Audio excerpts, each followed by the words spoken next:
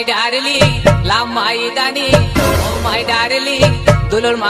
ডাঙালি দেখ সবসময় পেলে হাত তো ভরিয়ে আছে, কি ব্যাপার বলতো? দেখ দেখ কি করে?